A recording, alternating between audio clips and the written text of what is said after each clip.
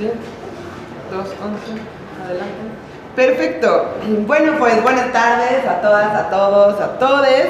Muchas gracias por acompañarnos en esta segunda sesión de las Jornadas de Marxismo 2026, en esta edición que lleva por título Imperialismo y lucha de clases en la era Trump. Esta mesa, que como les decía es la segunda que realizamos de este ciclo, se titula también Extractivismo y saqueo, el saqueo capitalista, la nueva acumulación primitiva de México a África.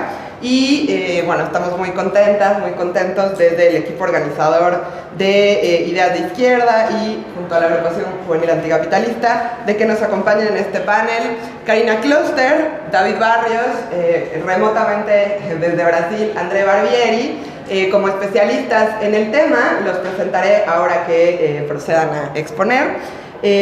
Antes solamente quería mencionar que nos pareció muy importante organizar esta jornada y destacar este tema, puesto que, bueno, a nivel internacional, nosotros que somos parte de una corriente que se llama Revolución Permanente y está en más de 15 países en Europa, Asia, África, bueno, en América Latina, perdón.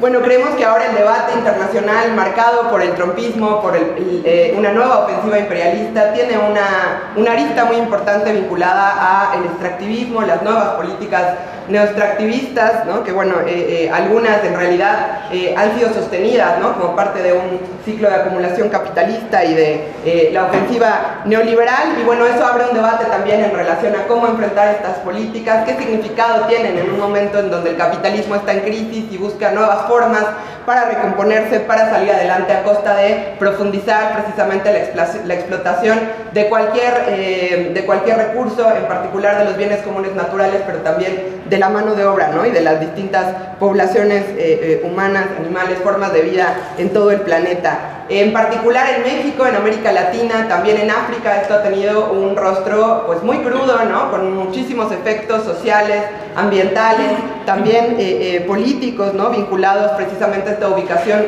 subordinada que tiene México frente a Estados Unidos, ¿no? Es decir, se lleva la peor parte de todas las políticas de la agenda imperialista, pero es un elemento que comparte tanto en América Latina como en África con muchos países, y por eso nos parecía fundamental pues analizarlo a la luz de lo que nos pueden aportar hoy nuestros especialistas, ¿no? Entonces, bueno, sin más, le dejo la palabra a la compañera Karina Beatriz Kloster. Ella es socióloga por la Universidad de Buenos Aires, la UBA, ¿no?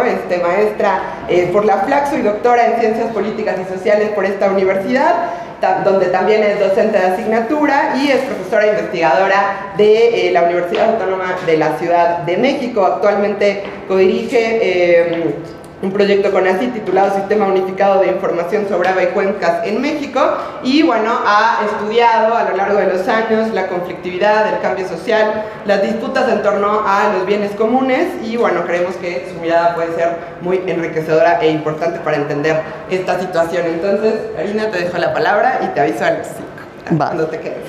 Muchísimas gracias por la invitación. Buenas tardes a todas, a todos. Traje aquí una presentación de una investigación que estuvimos realizando en la Flaxo, en la Facultad Latinoamericana de Ciencias Sociales, con un grupo de gente. ¿Qué era lo que nos preocupaba? Quiero empezar contándoles un poco el background, o sea, ¿qué es lo que nos preocupaba cuando empezamos a trabajar esto? Desde hace mucho tiempo viene como una ola de violencia, ¿no?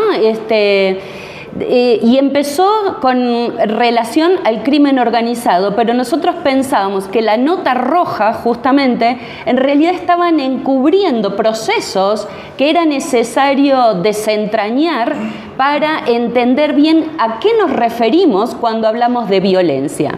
Eso por un lado. Y por el otro, se nos empezaba a decir que íbamos a transitar hacia un ambientalismo, que la gente estaba preocupada por el ambiente y que efectivamente esta crisis del sistema capitalista venía junto con pegado con esta idea de hay que recuperar el ambiente, hay que volvernos ambientalistas. Entonces empezamos a pensar, bueno, pero ¿qué es lo que hay detrás de eso?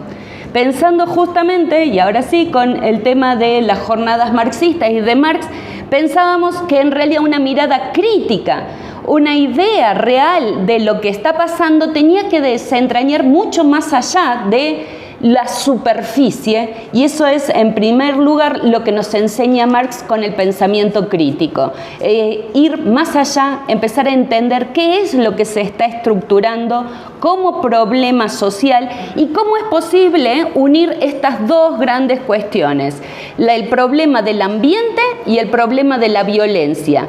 Y empezamos a pensar justamente que la violencia era inherente al sistema capitalista, a su desenvolvimiento, y que eso tenía, como ya dijo la compañera, profundas imbricaciones con la acumulación por desposesión o con la acumulación originaria, como inicialmente lo dijo Marx. Entonces, ahora sí, empezamos. Siguiente. Entonces, lo primero que pensamos cuando empezamos a trabajar con los problemas extractivistas, etcétera, la siguiente, porque ya esta la hice. Ok, va. Era esto, que al construir territorio, el sistema capitalista se desenvuelve justamente generando dos cuestiones. Por un lado, se apropia de las condiciones materiales de existencia, pero esa apropiación, como todos los que hicieron materialismo histórico conmigo, supone en realidad la expropiación para otras personas, ¿sí? O sea, que alguien tome algo supone que otros han sido expropiados. Entonces, la construcción real del sistema capitalista y las formas en que se van produciendo las relaciones sociales capitalistas asumen o necesitan justamente la expropiación de las condiciones materiales de existencia de grupos humanos, ¿sí? Eso por empezar. Esa expropiación, dice Marx, en la acumulación originaria es inicialmente violenta. Toda expropiación, digamos, que construya el sistema capitalista de producción es una relación de violencia. Una vez que se establece la dimensión de la violencia, aparece la dimensión del poder. Y esto siempre digo las mismas cosas, pero básicamente Elías Canetti en el libro Masa y Poder tiene una ejemplificación súper bonita, que es que un gato juega con el ratón y entonces el gato va, viene y el ratón cree que por momentos está libre, y entonces Elías Canetti dice: mientras el ratón tenga estos momentos en que se crea libre, mientras está en la égida justamente del territorio del gato, todo eso es poder del gato, ¿sí? Entonces, la idea es la siguiente: la primera operación del sistema capitalista cuando se instala en nuevos territorios es la expropiación y es la violencia. El segundo momento es la construcción de relaciones de poder, relaciones de dominación y lo que podríamos decir eventualmente, aunque está todo peleado, relaciones de colonización. Así es justamente como aparece la idea del sistema capitalista apropiándose de las condiciones materiales de existencia. Siguiente. El problema justamente... Ahora sí, una más, ahí está. El problema es que lo que se está reestructurando entonces constantemente son espacios, territorios que se le pueden decir, porque son espacios socialmente construidos, por un lado, y por el otro, los cuerpos dóciles, los cuerpos domesticados que forman parte del ejército industrial que va a construir o valorizar el espacio construido. Este doble movimiento constante de la acumulación originaria, del desenvolvimiento, de la construcción de relaciones de poder y de la domesticación del espacio, del territorio y de los cuerpos es una constante en el sistema capitalista que no ha dejado de producirse. Cuando nosotros pensamos en paz, pensamos a veces que eso frenó, ¿no? O sea, desde distintas perspectivas podemos considerar un freno en esas relaciones o en esa reproducción constante.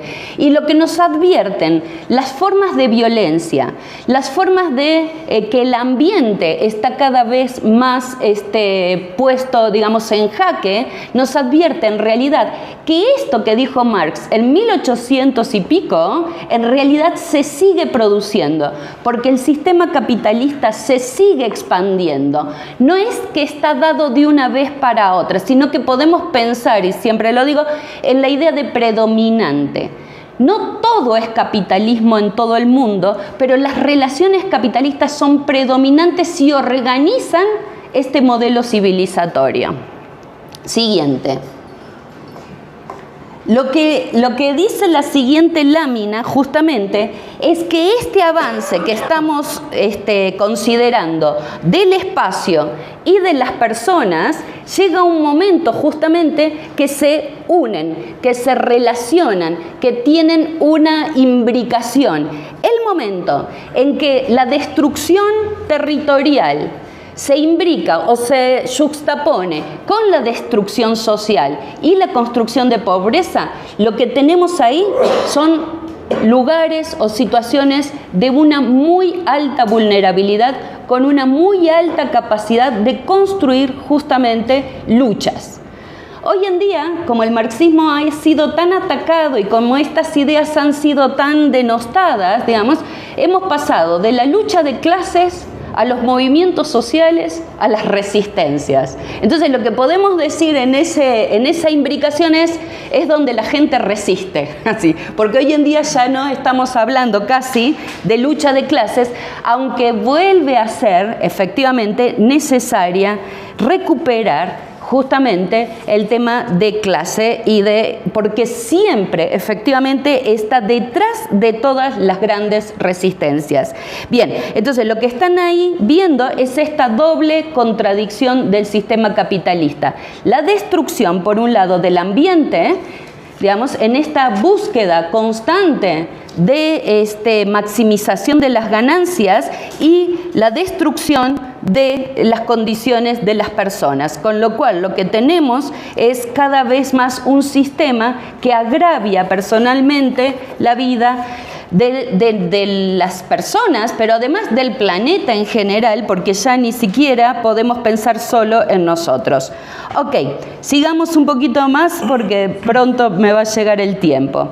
Entonces, lo que estuvimos pensando justamente desde esta investigación en la Flaxo es que esto puede ser pensado como una forma de violencia.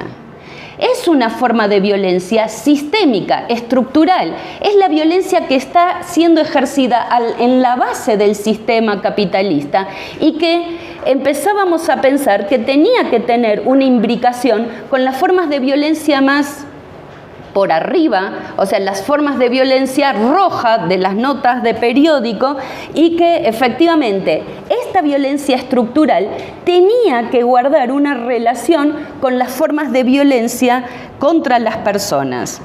Me voy a saltar un par de láminas, esa y la siguiente, y entonces pensábamos esto, ¿no? Esto es una forma de violencia, la forma en que estamos tratando al territorio, la forma en que estamos tratando al mundo y la forma en que en realidad nos estamos tratando a nosotros mismos. Lo que estoy tratando o lo que estamos tratando de decir y de pensar es la forma en cómo nos tratamos a nosotros mismos, tratamos también a la naturaleza y al resto de nuestras relaciones y condiciones materiales de existencia. Por lo tanto, si esto sigue avanzando en el camino en que está avanzando, en realidad lo que estamos poniendo en jaque es la propia reproducción de lo humano como especie. Siguiente. Ahí tenemos otros ejemplos del tratamiento que nosotros tenemos. Entonces, siguiente, ahora sí, y con esto ya para mantenerme en el tiempo. Ay. Pensé que algo había explotado. ¿Sí? Ok, va. Entonces, ¿qué hicimos en la Flaxo? Algo que yo hago últimamente bastante, sí, ya me tengo que cambiar de forma de investigar, pero bueno, es porque es bueno, bonito y barato. Así. Es, desde el periódico, lo que empezamos a hacer es a identificar los problemas ambientales. O sea, la idea era, bueno, nos están diciendo que nos estamos volviendo ambientalistas, entonces identifiquemos dónde aparecen notas en que hay problemas ambientales, ¿sí? Notas del periódico.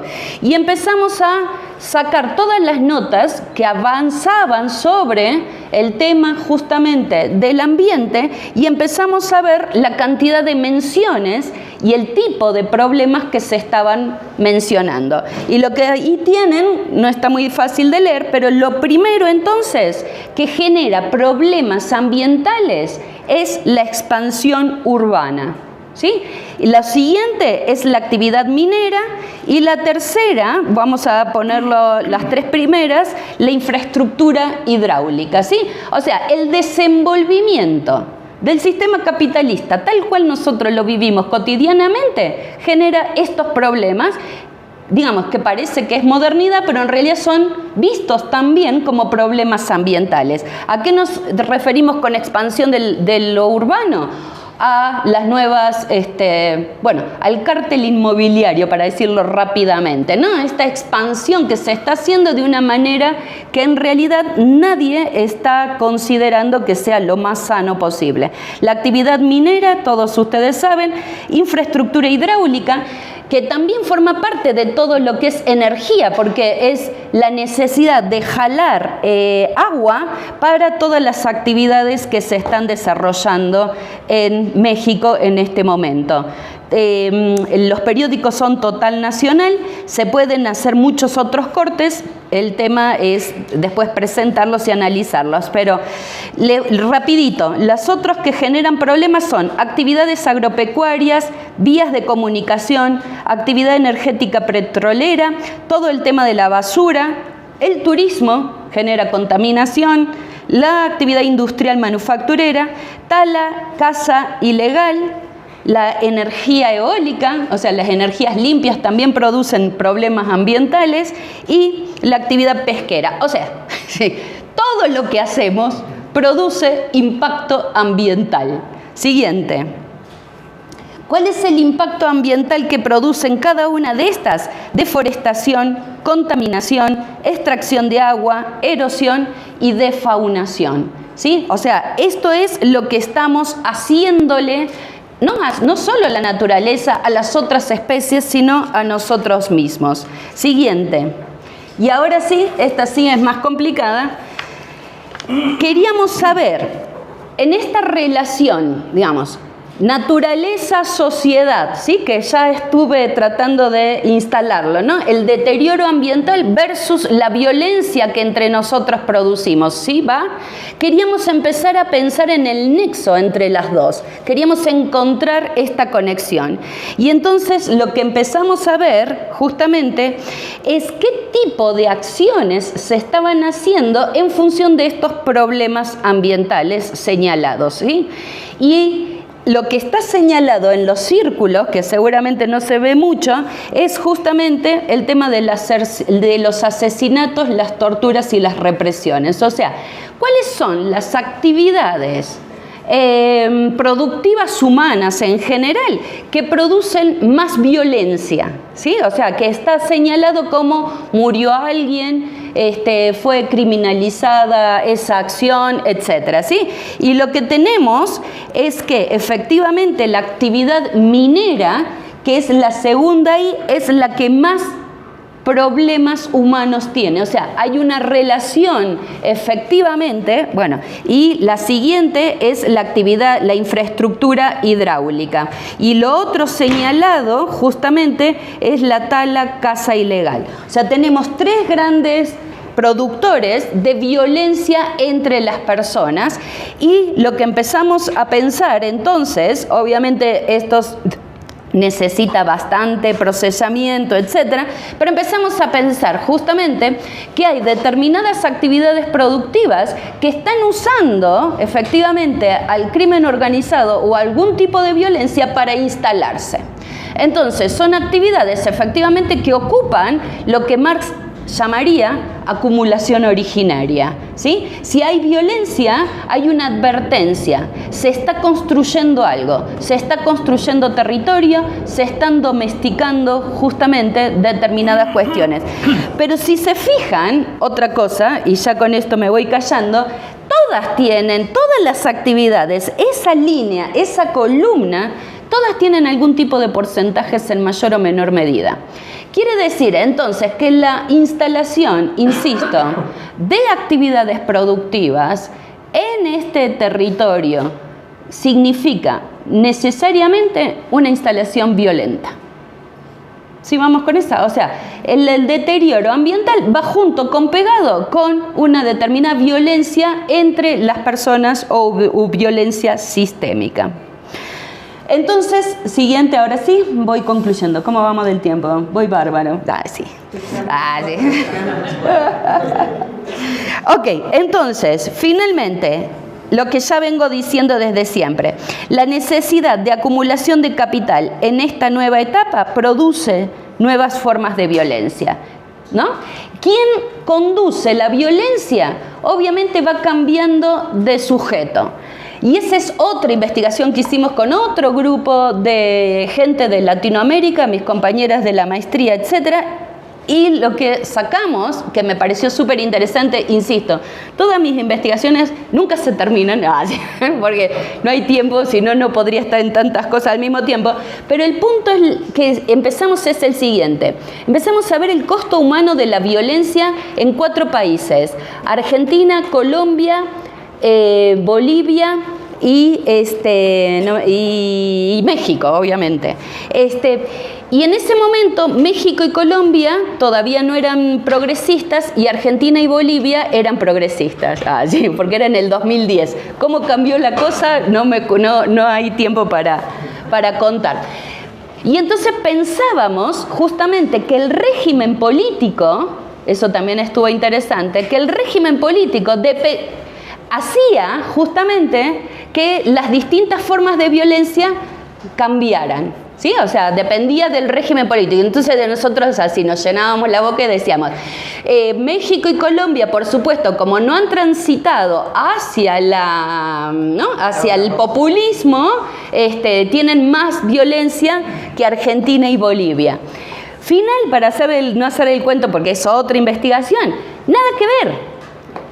O sea, la violencia se subordina no al régimen político de turno. La violencia se subordina al desarrollo del sistema capitalista de producción. Y esto hay que decirlo con todas las letras del mundo y lo más claro posible. No hay un populismo que frene el deterioro ambiental y no hay un populismo que frene la violencia que el deterioro ambiental produce. Punto. Pero lo otro que les quería contar es que en esa misma investigación lo que vimos es, Argentina había usado al ejército en la masacre, digamos, producida violentamente para esta acumulación originaria. Colombia había utilizado a los paramilitares. Y México estaba usando el crimen organizado. Bolivia, estaba rarísimo el tema, nunca nos pudimos meter del todo, pero estaba como empezando a funcionar, digamos, lo del crimen organizado. Entonces, ¿qué es lo que también vimos en esa investigación? Que el producto, quien genera, digamos, esta violencia en contra de las sociedades, va cambiando y va evolucionando, pero en realidad es siempre la misma determinación del sistema capitalista de avanzar en su acumulación. Ahora sí, la última, y ya, me callo. Quiero terminar siempre diciendo esto. Hemos sido advertidos. Si hemos de tener futuro, no será reproduciendo el presente. Es necesario enfrentar lo que de inhumano tiene el orden social actual y revertir la evolución hacia la aniquilación de la biomasa terrestre. Una nueva alianza entre la humanidad y el resto de la naturaleza se nos impone como la única alternativa de evitar la irreversibilidad del aniquilamiento de nuestra identidad esencial como expresión de una biomasa. En eso estamos comprometidos. Muchas gracias.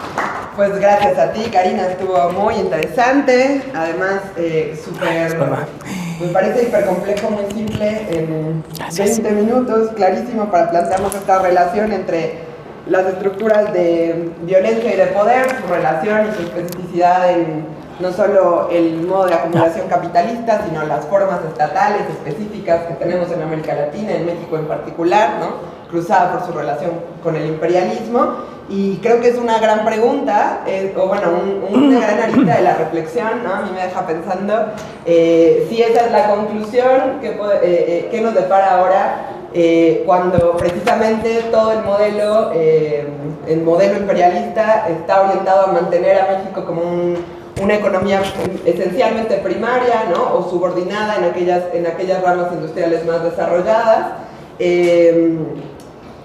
llevándose los peores costos, ¿no? de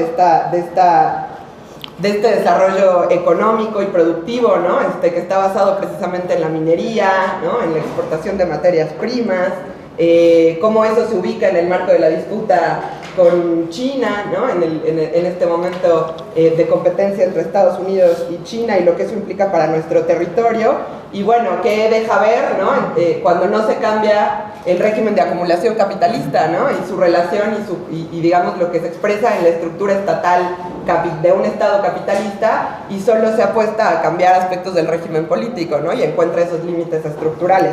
Pero bueno, habría que pensar esto en el marco del Mundial, por ejemplo, ¿no? Y de las políticas que continúan ahora en México, y creo que para eso queda perfecto con lo que ya nos planteó Karina, lo que nos va a desarrollar probablemente ahora David.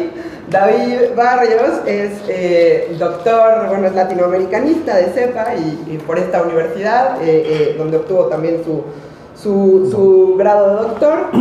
Él es especialista en particular en temas de securitarización, de militarización, de violencia urbana, su articulación con las economías legales, informales e ilícitas.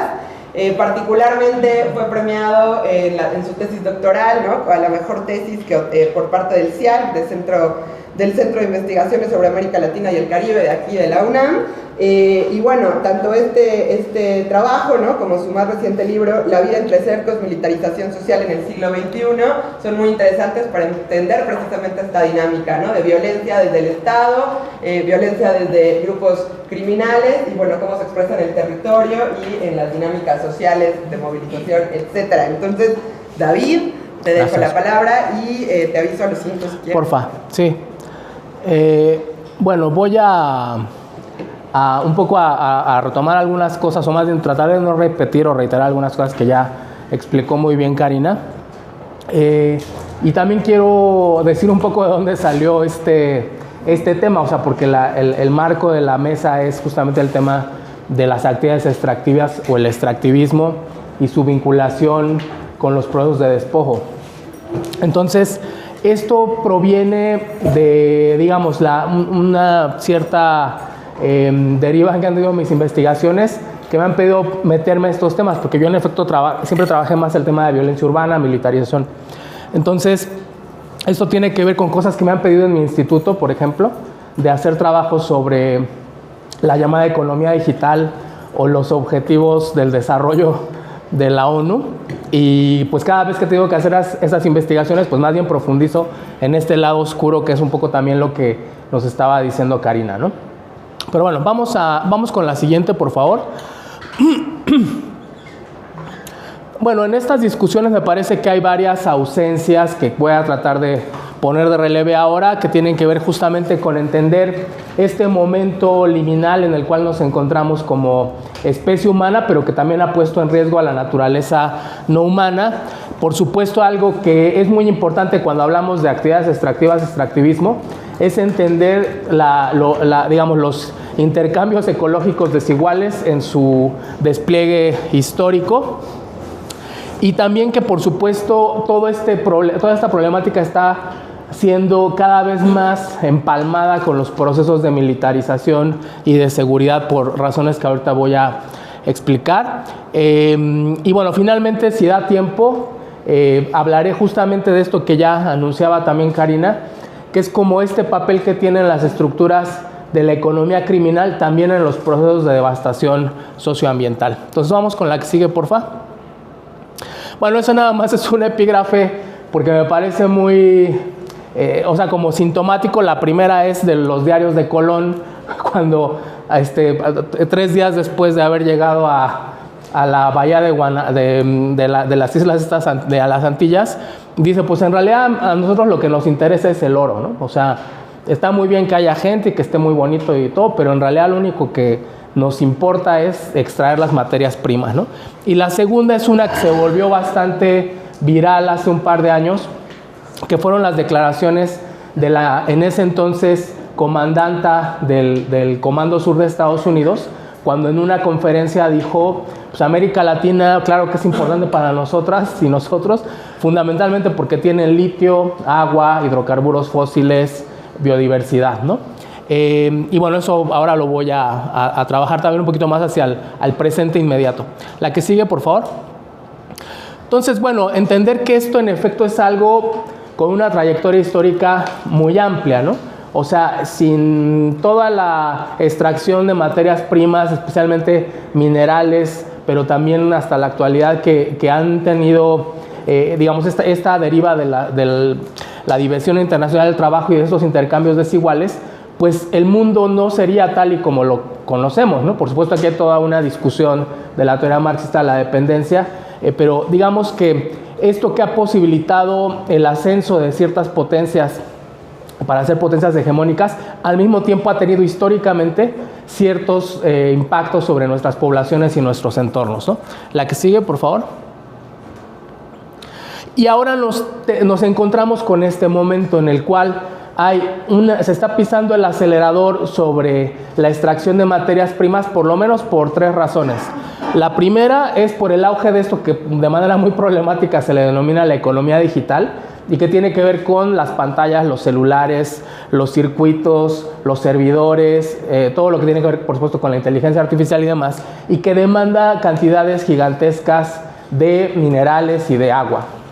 Pero también por el propio proceso de la llamada, de manera muy mentirosa, transición energética. O sea, la transición energética en realidad es una agregación energética, porque no se están dejando de quemar los combustibles fósiles para construir los paneles fotovoltaicos y los ventiladores de las eólicas y demás, ¿no? Al contrario, se está redoblando el consumo de energías, ¿no?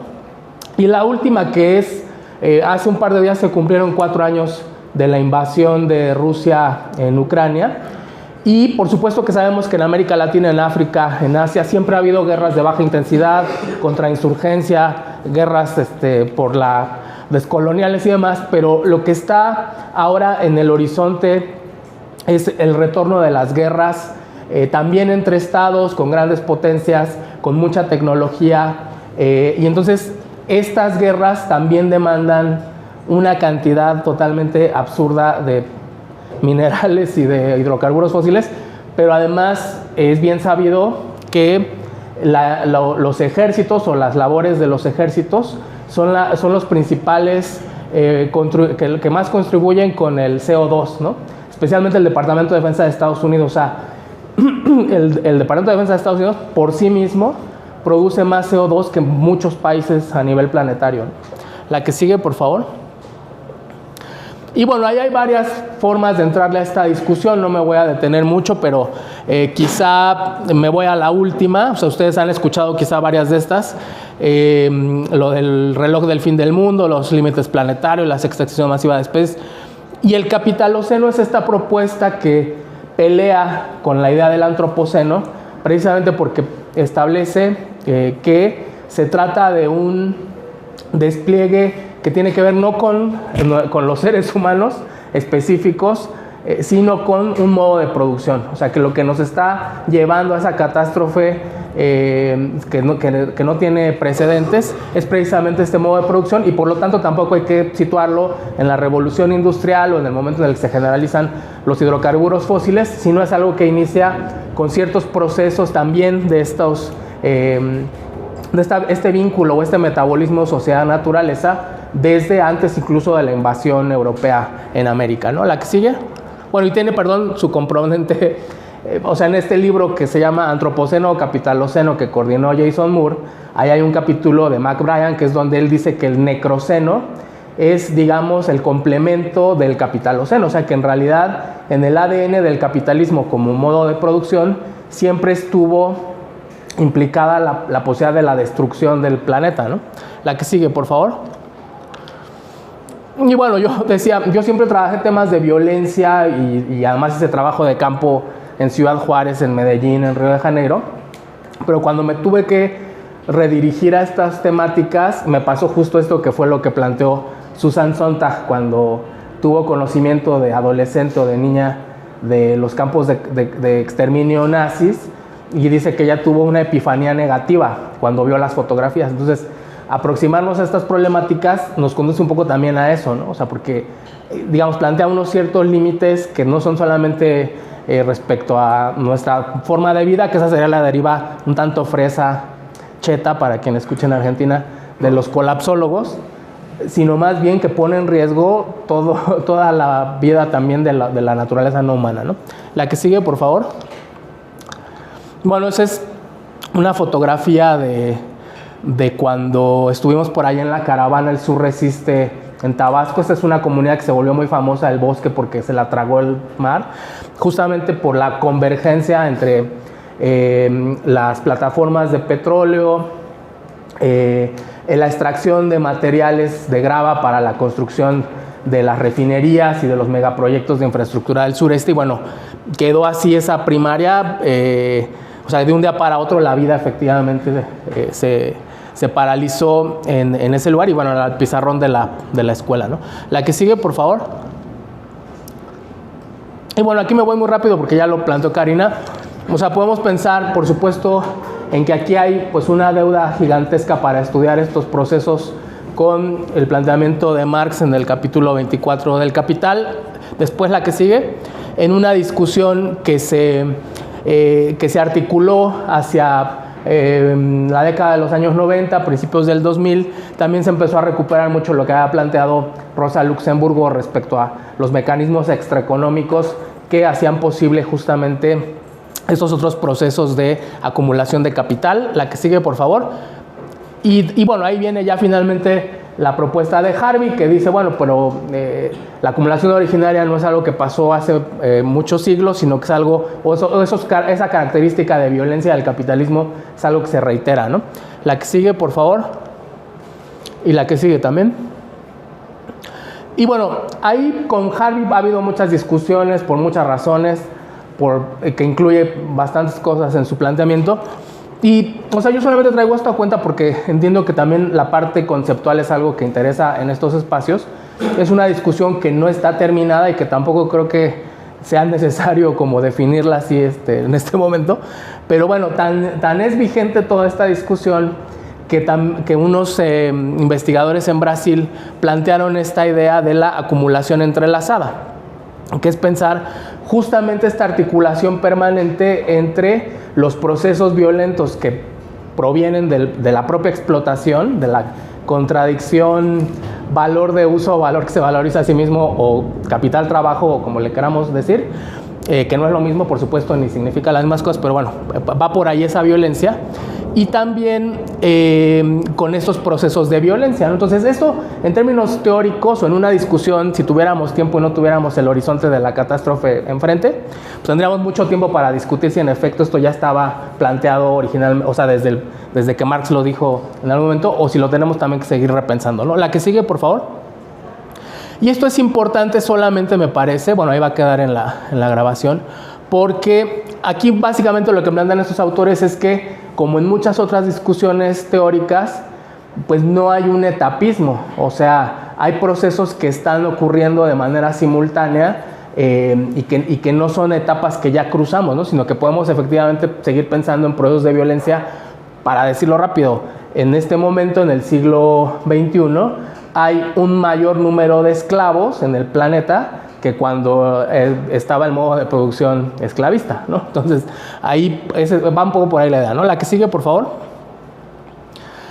Y aquí ya me voy con cosas un poco más contemporáneas, que es pensar justamente en esta relación entre las actividades extractivas, las afectaciones socioambientales, los procesos de militarización que vivimos, ¿no? Entonces aquí hay un planteamiento que me parece también nos da muchas luces, que es pensar justamente en esta convergencia, ¿no? Y aquí, bueno, está la convergencia catastrófica, que es de Christian Parenti, que lo que planteaba es que había pues una vinculación entre el neoliberalismo, la militarización y el cambio climático, ¿no? Y aquí lo importante es que si también recordamos un poco lo que implican los 9 límites planetarios, esta idea de que si cruzamos esos 9 límites planetarios el proceso ya es irreversible, pero además se van, digamos, como retroalimentando o van convergiendo pues en sus afectaciones. O sea, el hecho de que haya un incremento en el clima, en el calor en el planeta, pues tiene repercusiones, por ejemplo,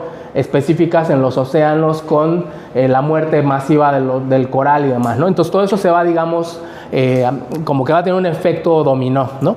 Y después hay otro planteamiento que es esta idea del trilema catastrófico, que es de Alexander Dunlap, que por cierto está aquí en México, y él habla de esta convergencia también entre la construcción de infraestructura que ya mencionaba Karina, las actividades extractivas y las fuerzas policíacas, ¿no? Y finalmente de este autor venezolano Emiliano Terán Mantovani y Scarpacchi, que plantean ya de hecho un cierto extractivismo llevado a cabo por los grupos de la economía criminal, ¿no? Y le llaman extractivismo ilícito. Insisto, esto lo podríamos discutir en muchos meses de debates, pero aquí lo importante es entender que eso está ocurriendo, ¿no? La que sigue, por favor. Bueno, las definiciones de extractivismo ustedes ya seguramente las han escuchado. Básicamente tienen que ver con la extracción de materias primas que no son procesadas y que la mayor parte de eso se exporta, ¿no?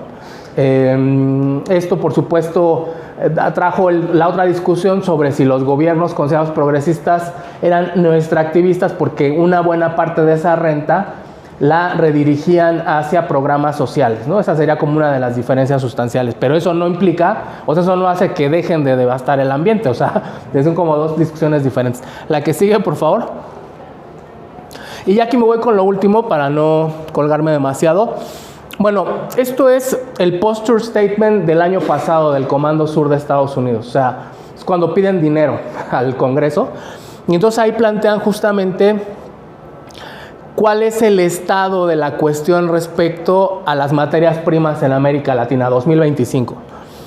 Bueno, tiene el 20% de las reservas de crudo, 25% de los minerales estratégicos, y solo respecto al litio, el 50% de las reservas planetarias, justamente en el triángulo de litio, Argentina, Bolivia y Chile, ¿no?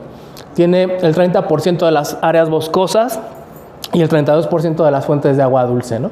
Y también está esta otra situación que ya también planteó Karina, que es que mucho de lo que está pasando en este momento tiene que ver en efecto con que China no solamente empezó a invertir muchísimo, o sea, inversión extranjera directa, no solamente porque construyó muchísima infraestructura, que es lo que dice la lámina, sino también por esto que se discutió también hace algunos años, sobre que participa activamente en esta idea del consenso de las commodities o las materias primas, ¿no? La que sigue, por favor. Y entonces, ahí, bueno, están las reservas de petróleo de Venezuela, que por supuesto ahí hay otra discusión de que si es petróleo fácil o difícil de extraer, porque al mismo tiempo está el fracking, las arenas bituminosas, etcétera, ¿no? La que sigue. Ese es el triángulo del litio. Y esto es importante por todo lo que dije al inicio, porque esto es indispensable también para los automóviles eléctricos, para todo lo que implica, insisto, transición, entre comillas, transición energética, guerra y economía digital, ¿no? La que sigue, por favor. Bueno, este es el tema de la infraestructura, ¿no? Que O sea, China efectivamente ha invertido muchísimo en puertos, especialmente también aquí en uno de los tramos del llamado Tren Maya, pero también, muy bien. Pero también se le acusa, o sea, Estados Unidos dice que estas instalaciones de China, o en las que invierte China, tienen un doble uso, o sea, que no solamente son para comunicaciones y transporte, sino que también tienen un posible uso militar. Entonces, ahí ha habido toda una discusión sobre la base de Alcántara, que está ahí en San Luis, en Maranhão, en Ushuaia, la de Perú, ¿no? Del puerto de Chinclay, ¿no? Creo que se llama. Bueno, ahí de por sí ahí está Charcay, perdón. Espero que no haya ninguna peruana escuchando esto. La que sigue, por favor. Y bueno, yo sé que somos latinoamericanistas, pero también hay que ver por Groenlandia, compañeras y compañeros, porque van sobres, ¿no? O sea, ahí hay un problema que tiene que ver con las tierras raras, que tiene bastantes reservas. Eso también tiene que ver con el deshielo de los polos. O sea, esto lo dice Michael Tecler y otros investigadores. En la medida en que se derritan estos hielos, que se supone que eran perpetuos, el permafrost, se puede acceder más fácilmente a tierras raras, a hidrocarburos fósiles, a muchas bacterias que no sabemos bien qué nos van a provocar, porque pues no tenemos defensas para eso, y también por supuesto como vías de comunicación, ¿no? O sea, este es el mapa, digamos, de las tierras raras, pero hay otro que es como de la importancia geoestratégica en términos militares, y si ustedes han estado viendo las noticias últimamente y lo del domo dorado de Trump y todo eso, básicamente lo que temen es que ahora sí que el tiro sea a misiles por encima de ahí, ¿no? De Groenlandia. La que sigue, por favor. Y bueno, como se mencionó también lo de África en el cartel, pues nada más les traje aquí, digamos, la disputa que hay por África, que tiene que ver con que representa el 30% de las tierras raras del planeta, y que ahí también es verdad que los chinos se han metido bastante desde hace años, y muy recientemente hay un despliegue fuerte de Prince, el de Blackwater, de tropas de operaciones especiales en Nigeria, y ahí también hay otra disputa que, bueno, no nos toca tan de cerca, pero que fundamentalmente tiene que ver con las materias primas. Ustedes saben que hace un par de semanas hubo una reunión grande en Estados Unidos, justamente para plantear el tema de las tierras raras, y ahí, yo vi la cita en su momento de lo de la cumbre de Davos del canadiense, ¿no? No la parte donde cita a historiadores griegos, pero sí la parte donde dice, pues es que aquí, en este momento de disputa, o estás en la mesa para comer, o estás en el menú, ¿no? O sea, fue como un poco el planteamiento que hizo sobre el momento actual, ¿no?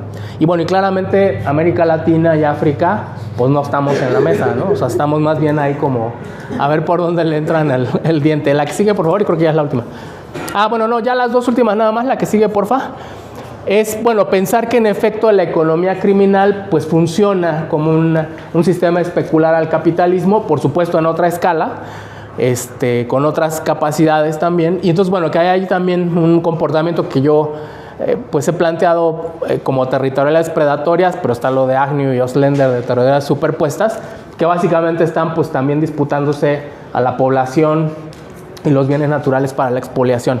La que sigue, por favor, y ahora sí creo que ya era la última. ¿La que sigue? No, ya, ahí termino para ya no embrollarme más. Y ahorita a ver si podemos intercambiar algo con ustedes. Gracias.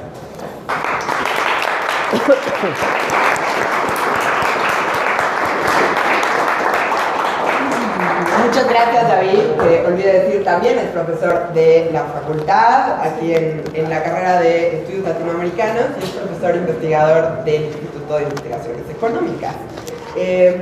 Bueno, y me quedo también, no sé, pasamos de un tema a otro todo cruzado. Es un tejido complejo, pero que sobre todo deja muchas hebras que seguro estaremos ahí revisitando. Porque, no sé, ahora que ubicamos un poco más en el terreno de la geopolítica, pues la cuestión es ¿qué hacemos en un modo de acumulación capitalista donde, digamos, la gestión de la crisis capitalista por la vía de la guerra, el despojo, ¿no? Esta fórmula que recrea, ¿no?, la contradicción capital-trabajo, capital-naturaleza en modelos de más explotación, pero también más despojo, nuevos acercamientos de los bienes comunes naturales, nos plantea un desafío enorme, pues para quienes consideramos que todavía podemos jalar ese freno de emergencia y que precisamente la lucha de clases representa una vía para, digamos, colarnos, ¿no?, en este escenario catastrófico, que si sí pensamos en clave de capitaloceno, es decir, en donde es el propio modo de producción, ¿no?, el que nos ha llevado a estas condiciones y por lo tanto podríamos pensar en cómo modificarlo,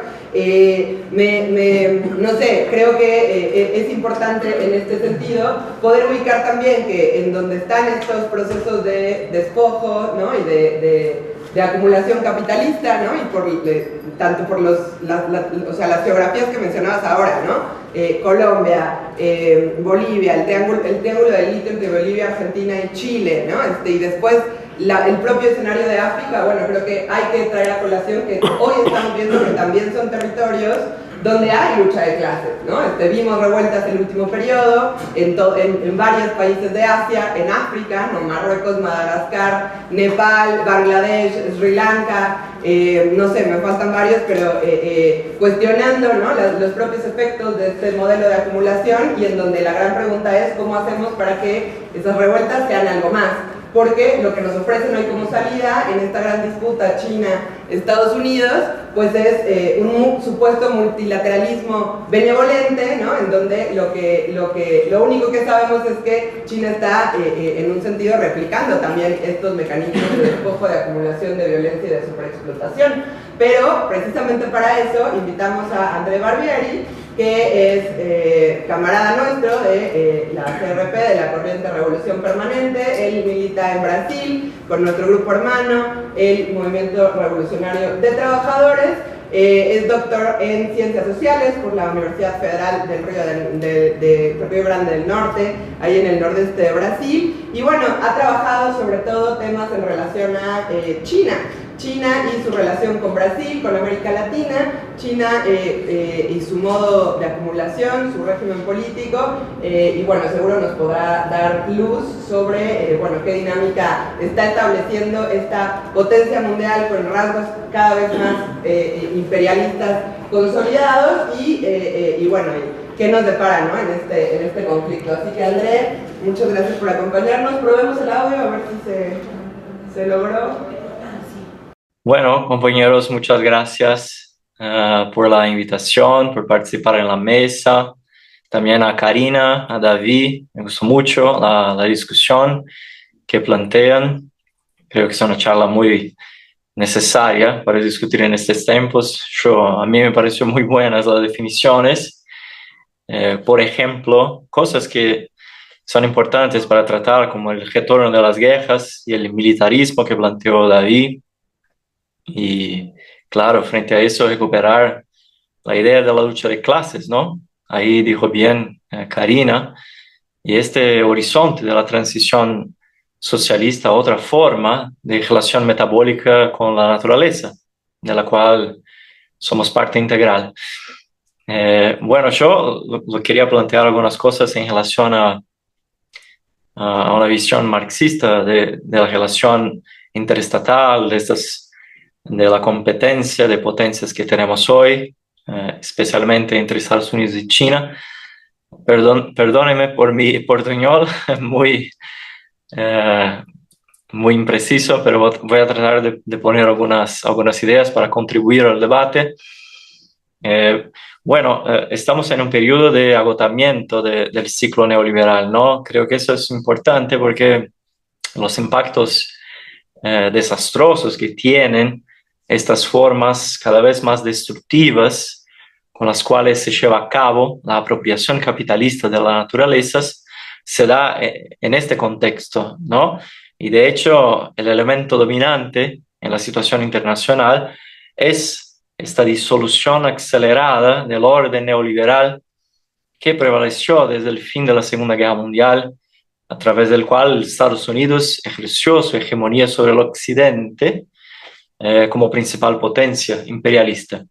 Esto no significa que el neoliberalismo haya dejado de funcionar, sigue siendo parte del tejido económico como ofensiva capitalista contra las condiciones de vida de la clase trabajadora, pero ya no se encuentra en el contexto de relaciones relativamente armónicas de las cadenas globales de valor y ni en medio de regímenes políticos liberales estables, ¿no? Hay muchas crisis políticas en el mundo, ni hablar, por ejemplo, de Estados Unidos con Trump, justamente quien está a frente de la desorganización de este viejo orden, que es el propio imperialismo norteamericano, ¿no? De esto hablaré un poco más adelante, pero antes es importante también decir que el extractivismo obedece a una determinada orden entre estados. En América Latina, y ni hablar, por ejemplo, en África, el extractivismo siempre fue, de cierta manera, un índice de su condición de colectivo de naciones oprimidas frente a naciones opresoras, o sea, de su inserción subordinada en el organismo de la economía mundial capitalista. Un poco de estas relaciones desiguales de que habló bien David, ¿no? Son regiones cuya historia está íntimamente imbricada con lo que Marx identificó como el proceso de acumulación originaria. Todos nosotros amamos el capítulo 24 del Capital, ahí como dijo Karina. Y este es un proceso histórico violento de separación entre los productores y los medios de producción, especialmente la tierra, pero también la expoliación destructiva de recursos naturales y territorios desde el colonialismo europeo en el siglo XV, ¿no? Y Marx va mostrando en el Capital cómo ya en los orígenes de esta organización social, la enajenación de la fuerza de trabajo va de la mano con otra enajenación, que es de la naturaleza. Lejos de ser un evento único que se pasó en el siglo XV más adelante, la expropiación de la naturaleza va a ser una constante en el capitalismo. Y también, como teorizan otros pesquisadores como Eduardo Udinas, hay diferentes generaciones de extractivismo, siendo esta última marcada por una aplicación mucho más intensa de alta tecnología, la inteligencia artificial, la robótica, cosas que no estaban presentes en las generaciones de extractivismo anteriores, aunque la fuerza humana sigue siendo indispensable y fundamental para la ganancia del capital. Creo que esta conceptualización es clave porque hoy el extractivismo es una dimensión de las disputas entre potencias por nuevas zonas de exportación de capitales y por garantizar canales seguros de acceso a materias primas. Creo que es muy importante ubicar nuestro problema en este curso de la historia viva, tanto porque, hoy está abierta una competencia internacional por los minerales estratégicos, por las tierras raras, en función de esta competición sino-estadounidense.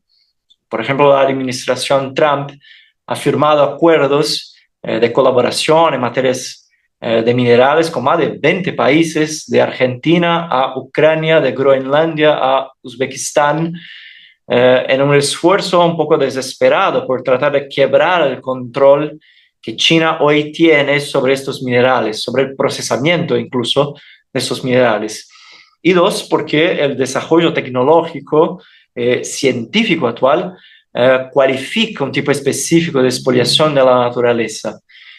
Digo esto porque potencialmente el conocimiento técnico creciente de la humanidad permite al ser humano una utilización benéfica de nuevos elementos químicos y de la naturaleza más en general para edificar su equilibrio metabólico. Pero en el capitalismo, estas nuevas descubiertas abren frecuentemente nuevos ciclos de expoliación de recursos que antes no eran tan utilizados industrialmente a la misma escala, que es lo que vemos con el litio. Yo pongo estos dos componentes porque me parecen fundamentales para entender, por ejemplo, la agresión de Estados Unidos contra Venezuela, un acto de guerra verdaderamente colonial contra un país que tiene muchas inversiones, como el caso de China, que tiene inversiones minerales en el arco de Orinoco, ¿no? Y Trump fue tajante en que el objetivo de su injerencia sobre la economía venezolana mediante bombardeos, secuestros e incluso el control del presupuesto nacional es tomar el petróleo y los minerales estratégicos de Venezuela. Fue clarísimo en relación a eso, así como impedir el acceso a estos minerales de sus rivales, ¿no? Esto se encuentra muy explicado en la nueva estrategia de seguridad nacional de Estados Unidos, que subraya la intención del imperialismo estadounidense de controlar el llamado hemisferio occidental, lo que implica la subordinación política y económica continental para salvaguardar las opciones de desarrollo industrial de Estados Unidos, que ya vienen muy debilitadas por las décadas de globalización. Y las consecuencias son visibles. La nueva ofensiva por asfixiar la economía de Cuba, y acá es importante decir que con la complicidad de gobiernos dichos progresistas en América Latina, como el de Lula, acá de Brasil, o mismo de Sheinbaum en México, la amenaza a Colombia, la campaña por tomar Groenlandia, la crisis en Panamá, la posibilidad de incluso una ferrovía transcontinental de China que va de Brasil a Perú para escoar litio, cobre, hierro y petróleo de América Latina. Digo, todo esto muestra una imagen de la nueva conducta agresiva de las potencias en nuestra región. Y frente a eso, los gobiernos de América Latina, con todas sus diferentes políticas, sus matices, siguen un mantra del neoliberalismo, del famoso exportar para crecer, en su vertiente primaria exportadora.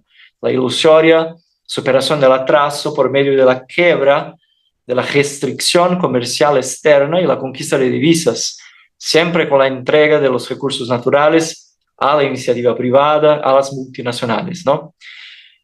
Esta política abre camino para nuevos ciclos de subordinación y ahora con la participación de nuevas potencias, como el caso de China. Y para entrar en este temario, China pasó por una larga evolución en las últimas décadas, culminando su proceso de incorporación a la economía capitalista mundial mediante una contrarrevolución social encabezada por el Partido Comunista Chino. Y hoy China es una potencia capitalista en rápida ascensión, con fuertes rasgos imperialistas, ha aumentado mucho su participación en la economía mundial, su presencia, por ejemplo, en el negocio de los recursos naturales, y tiene muchas de las principales multinacionales justamente en este quesito, ¿no? Mismo con toda la historia de opresión por parte de los países europeos y de Estados Unidos, sobre todo el mundo, que se montan durante siglos, sería imposible discutir el extractivismo depredador del capital en el siglo XXI sin hablar de China. Si tomamos, por ejemplo, acá nuestra región, América Latina, del año 2000 a 2020, la participación de China en las exportaciones extractivas pasaron del 1% a 34%. Es masivo. Sus inversiones montan a miles de millones de dólares con negocios en prácticamente todos los países de la región.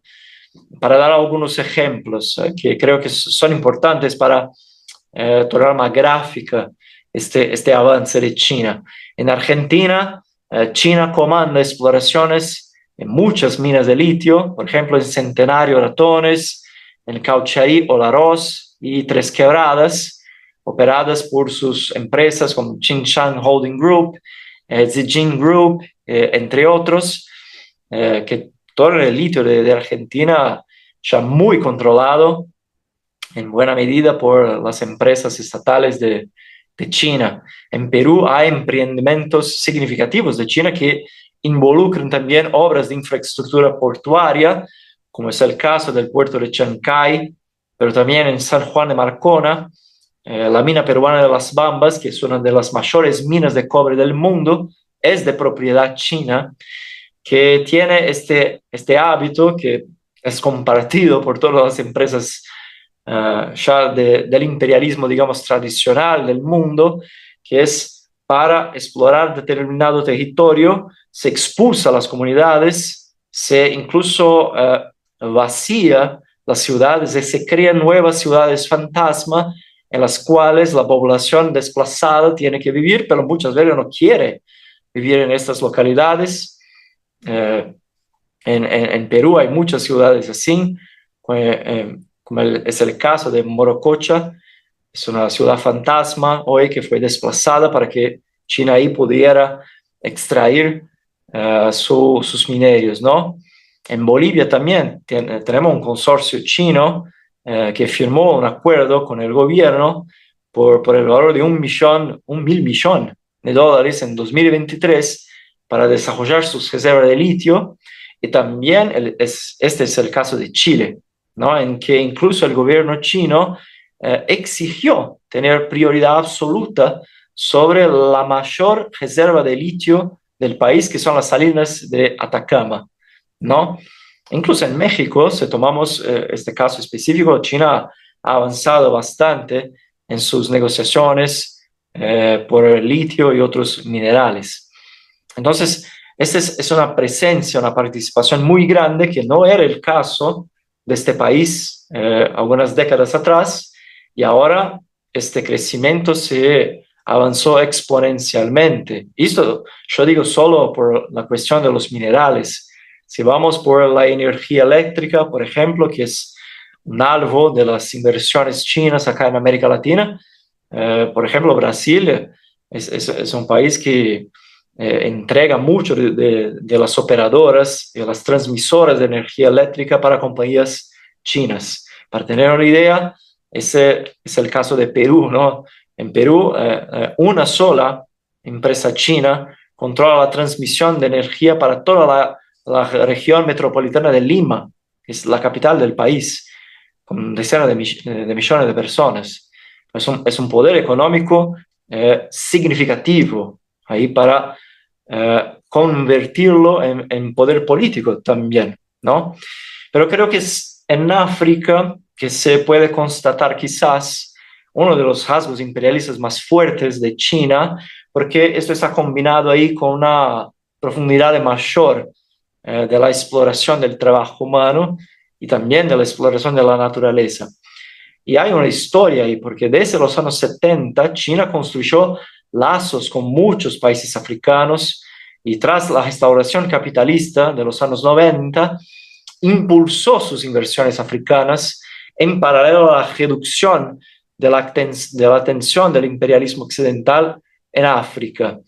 Y como resultado de este acercamiento económico y político, China ha desplazado, por lo menos parcialmente, muchas de las potencias que disfrutaban de un poder mayor sobre la economía africana, a menudo adquiriendo o incorporando activos capitalistas que pertenecían a estas otras potencias o continuando con la gestión. ¿Sí? ¿Está bien? Obvio. Sí, si pasa algo, avísenme.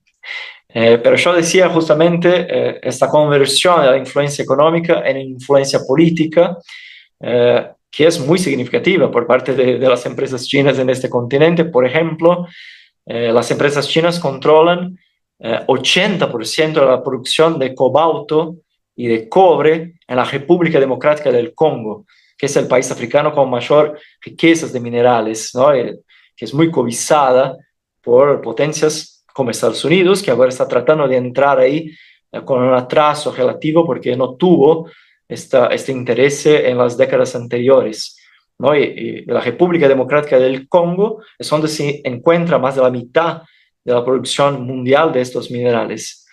Empresas ahí como CMOC Group de China o Sicomines, junto con empresas imperialistas como la Glencore, que es una multinacional anglo-suiza, son responsables por una serie de violaciones de los derechos humanos, como ya lo mencioné, los desalojos forzosos, la sobreexploración laboral, que incluye trabajo infantil, y muertes también por accidentes laborales, como vimos con las más de 100 muertes en la mina de Calando en el año pasado. Y las huelgas en la minería suelen justamente estar asociadas a los bajos salarios, a condiciones de trabajo peligrosas, a largas jornadas y la falta de una compensación adecuada. En países como Zambia, en Zimbabue, vimos en estos últimos años muchas huelgas que involucran también enfrentamientos contra empresas chinas, no solo occidentales, ¿no? Y todo esto está ligado, ese es un aspecto muy importante, a una impronta militar más marcante de China en África.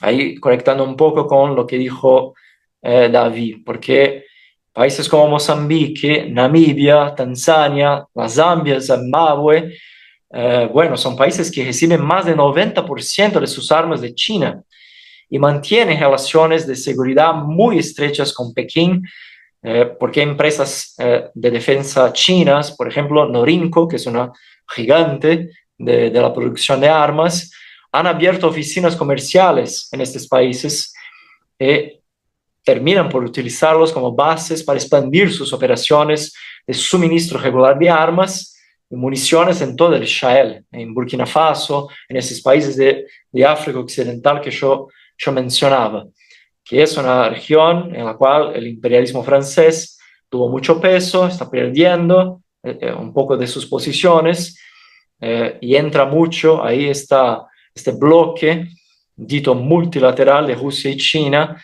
que, bueno, asijan la concurrencia capitalista de las potencias en esta región.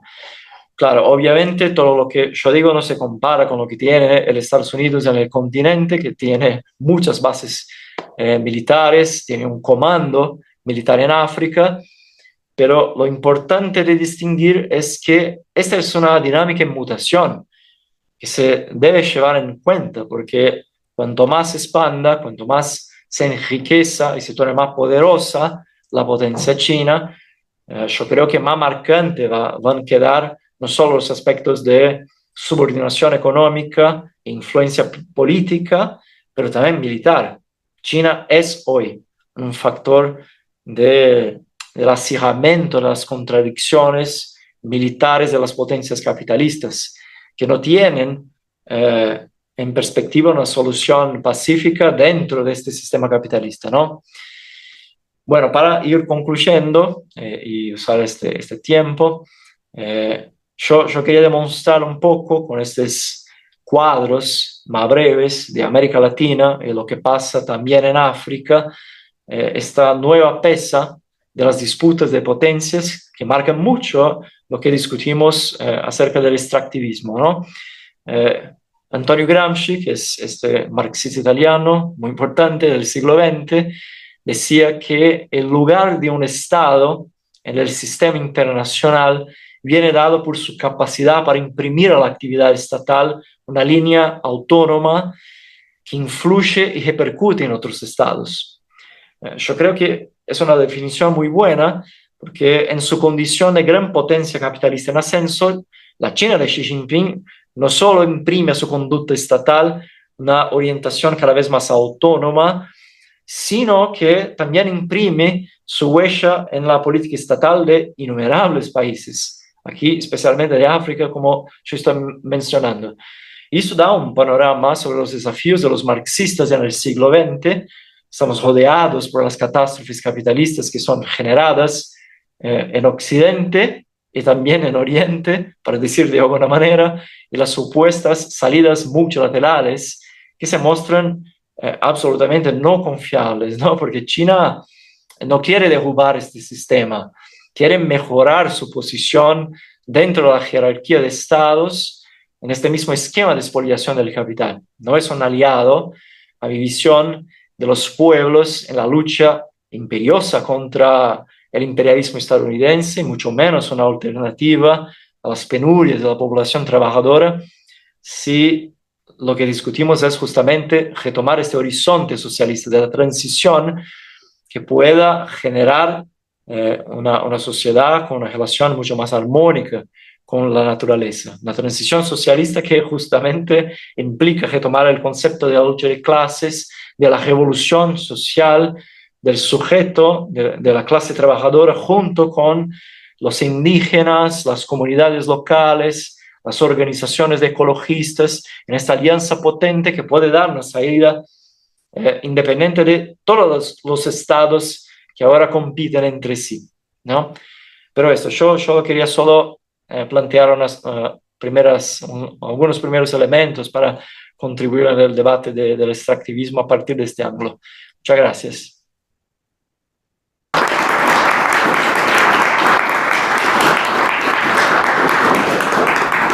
Gracias, Andrés, que mencioné, pero acaba recientemente de publicar su libro China, donde los extremos se tocan, que es producto de su investigación de tesis doctoral y que fue, bueno, ha sido catalogado por varios especialistas como el estudio sobre China y sus relaciones con Brasil más profundo y más completo en los últimos años. Muy interesante. Hay fragmentos que pueden encontrar en La Izquierda Diario, también si les interesa, y se traduce fácilmente. Bueno, aprovecho que tenemos tiempo para abrir una ronda de preguntas, comentarios, contrapuntos, que podamos... el video, antes, claro, perdón. Tenemos un video preparado, que bueno que me quedan desde el público. Con esto, pasamos a este rápido y luego abrimos la ronda de comentarios, preguntas. Es un video que nos envían directamente desde Argentina, un camarada también nuestro, militante de la CRP, de la Corriente Revolución Permanente, pero en su sección argentina. Él es Lautaro Jiménez, es militante del Partido de Trabajadores Socialistas y también es ex parlamentario por parte del Frente de Izquierda y los Trabajadores en Argentina. Es la corriente, bueno, en el PTS ahí, ¿no? En ese frente electoral, junto a Miriam Bregman, Nicolás del Caño, que junto a mí les estuvieron dando una pelea ahora estos días en el Congreso contra la reforma laboral de Milei, que tuvo además una brutal batalla campal en distintas ciudades y en particular para el Congreso también para evitar la profundización de estas políticas antiobreras, antipopulares. A ver, tenemos unos problemas técnicos, pero en breve se resuelve. Nunca falla, nunca falla. Bueno, y un poco el objetivo de este saludo, ¿no? Y de comentarles quién es Lautaro Jiménez, que por cierto también es docente de educación primaria, es comentarles que durante su participación como legislador, ¿no?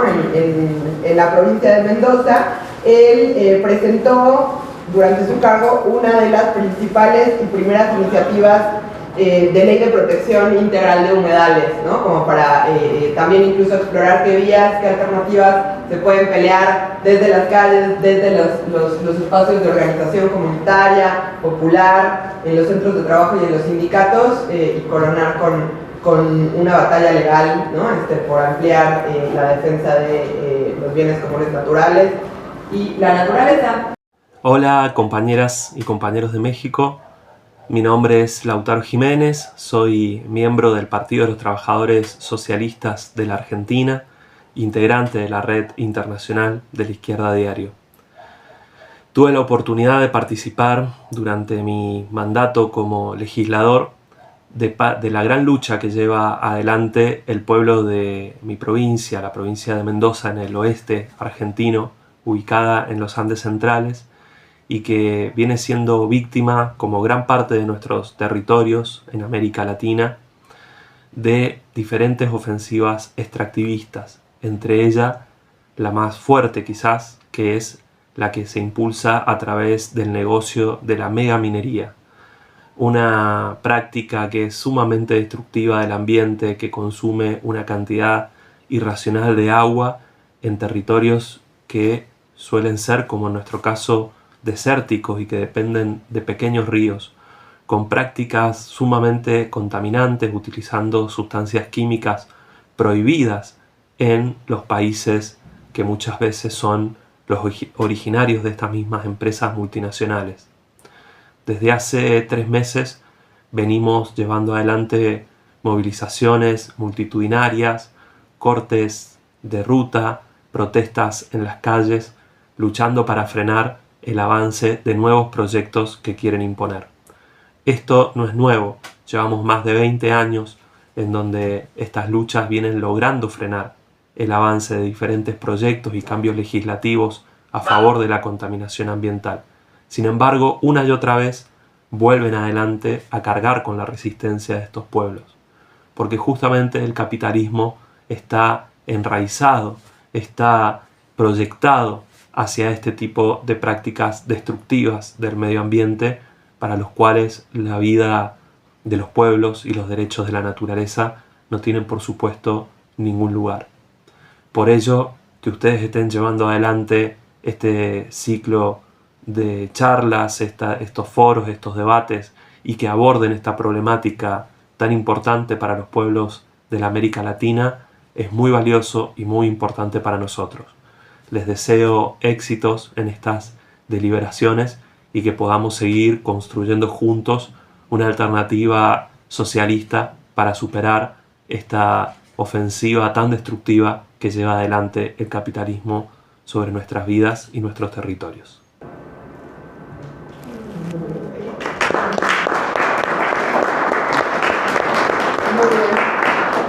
Digo, deuda pública, o sea, quiero plantear, ¿dónde está y por qué no se ha podido construir la revolución? O sea, bueno, ni siquiera voy a hablar de revolución.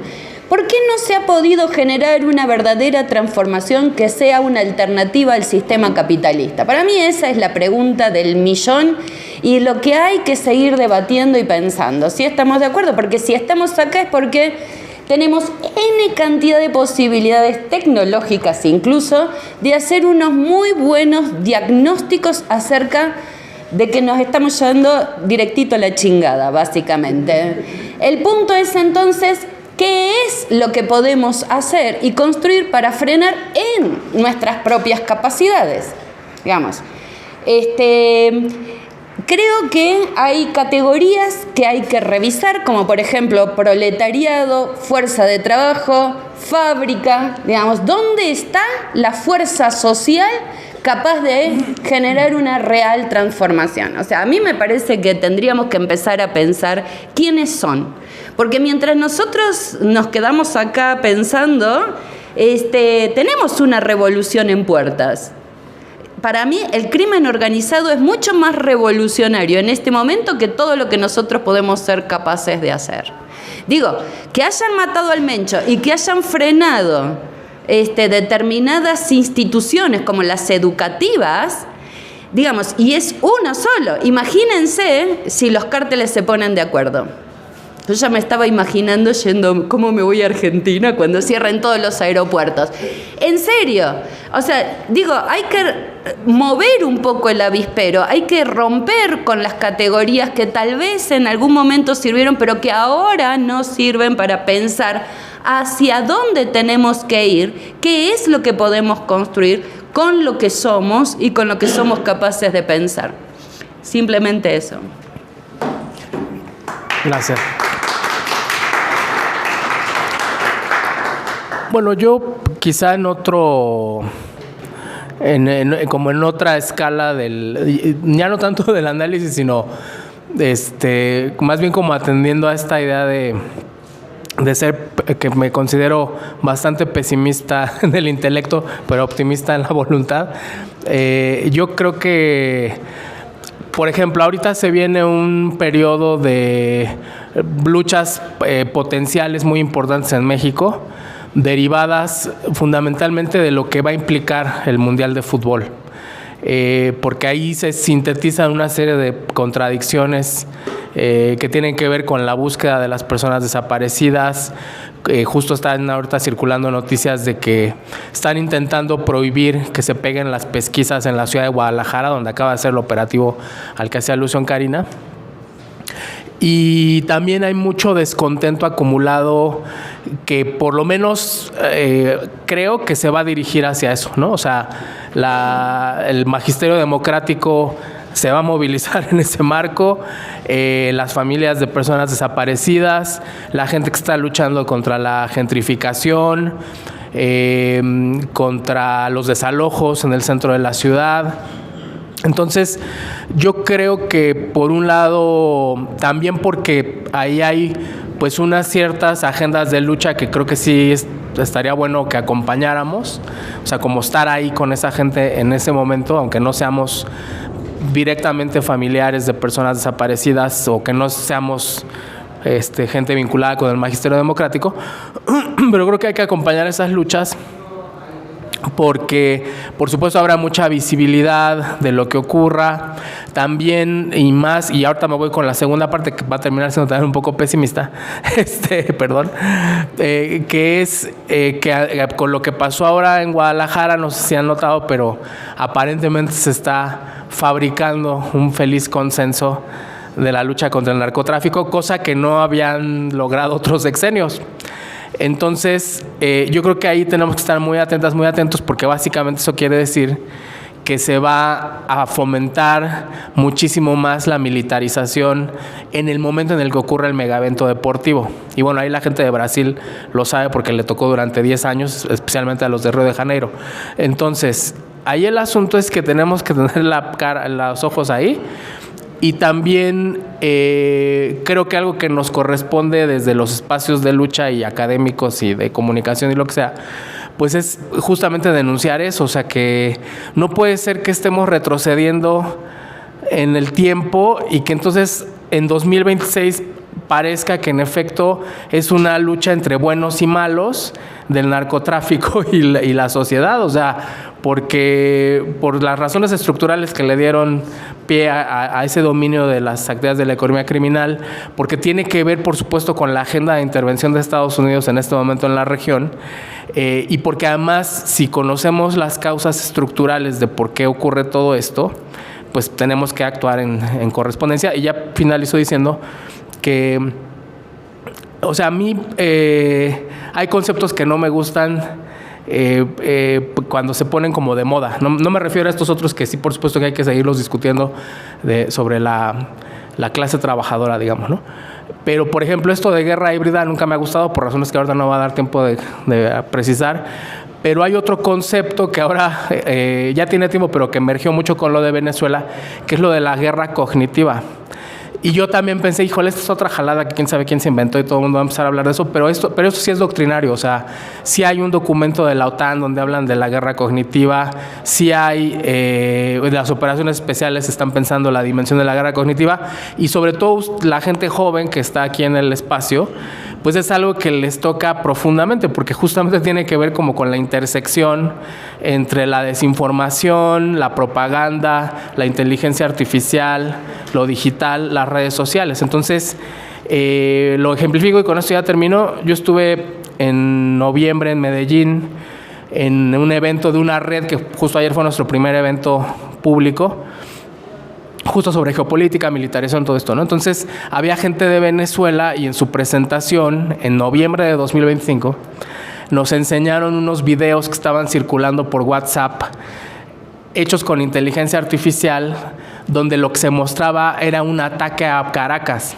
con aviones y cómo destruían Miraflores y cómo salía Maduro ahí corriendo. Y 2 meses después, efectivamente eso pasó. Entonces, o sea, yo me tengo que poner a estudiar lo de la guerra cognitiva, pero entiendo que en parte tiene que ver con que si tú tienes, o sea, ves este mensaje y de alguna manera lo normalizas o lo incorporas socialmente, digamos que cambia muchísimo el chip de cómo puede ser cuando realmente ocurra, ¿no?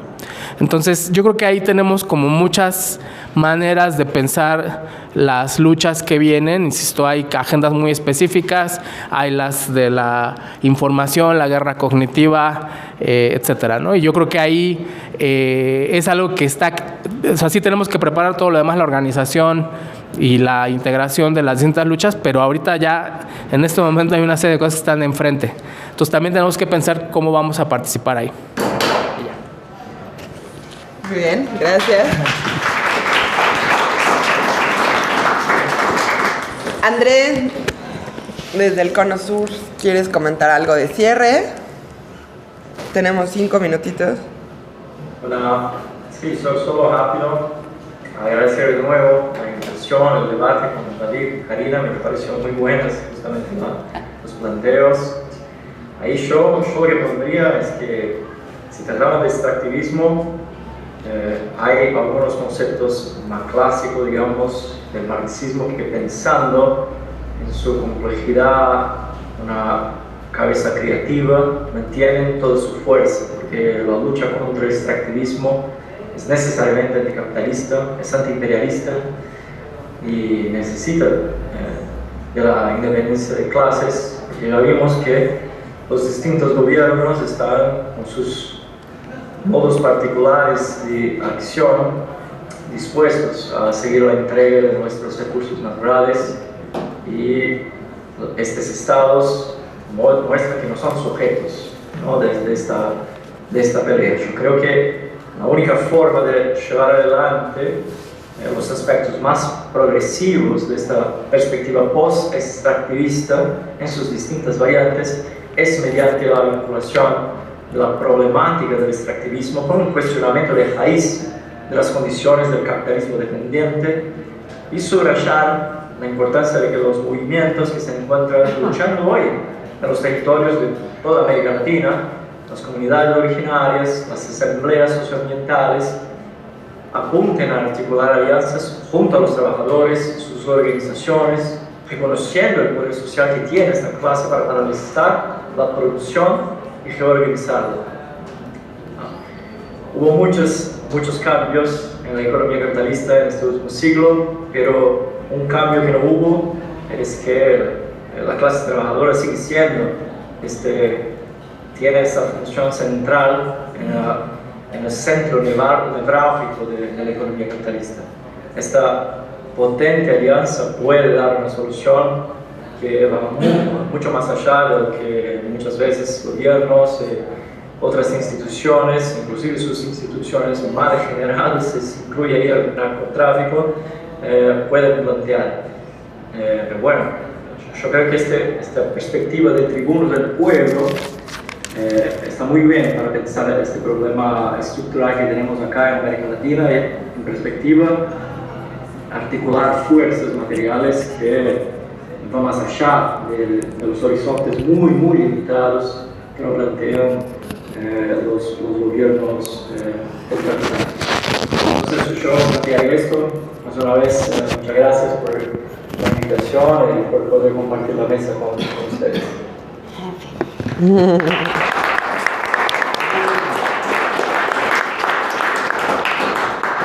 Al contrario, pues muchas gracias a nuestros panelistas, a quienes participaron en esta segunda mesa de las jornadas marxistas. Les recordamos rápidamente, el objetivo es precisamente ese, intercambiar, debatir. Nos encanta hacer crujir las categorías y el pensamiento marxista porque opinamos que puede recrearse, que sistematiza 200 años de experiencia de lucha de clases para no partir de cero, para enfrentar los nuevos procesos de movilización, de lucha, porque ante todo opinamos que si hay crisis capitalista y guerras, también habrá revoluciones y hay que prepararnos. Y al servicio de eso, bueno, las peleas que damos a nivel internacional como Corriente Revolución Permanente, como Movimiento de Trabajadores Socialistas aquí, Agrupación Juvenil Anticapitalista.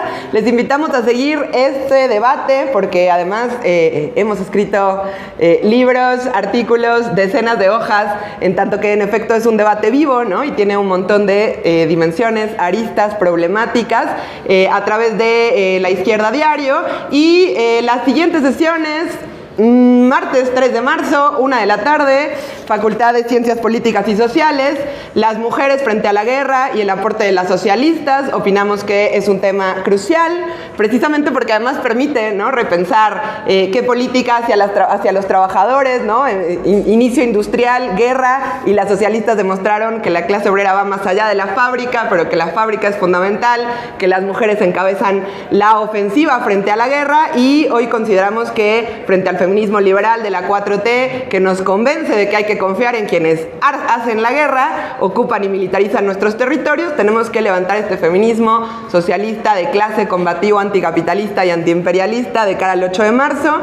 Y miércoles 4 de marzo cerramos este ciclo de jornadas, 2 de la tarde, Filosofía y Letras, con una mesa de lujo sobre juventud, redes sociales y la disputa frente a la derecha, esta batalla cultural, con Amílcar París, que es profesor de la facultad y youtuber marxista, con Carla, y con otros compañeros, compañeras que aportan a este debate sobre la juventud hoy. Así que ojalá no se lo pierdan. Muchas gracias por acompañarnos y esto fue todo por hoy. Muchas gracias. Gracias, Karina. Gracias, David. Gracias, André.